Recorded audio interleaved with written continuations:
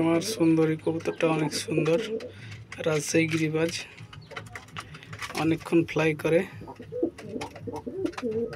আর এটা হলো আমার পাকিস্তানি তুরিবাজ, নিচে মাটিতেই তুড়ি দিলে পাল্টি খায়।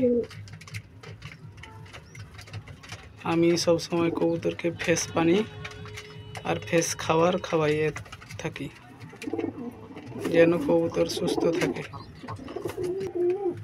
এগুলো সব আমার রাজশাহী গিরিবাজ,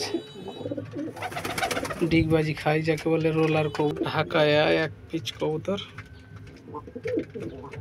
দেখেন ফ্রেশ পানি, সবসময় আমি কবুতরকে পারতপক্ষে ফ্রেশ পানি খাবার খাইয়ে থাকি, অনেক ফ্রেশ পানি।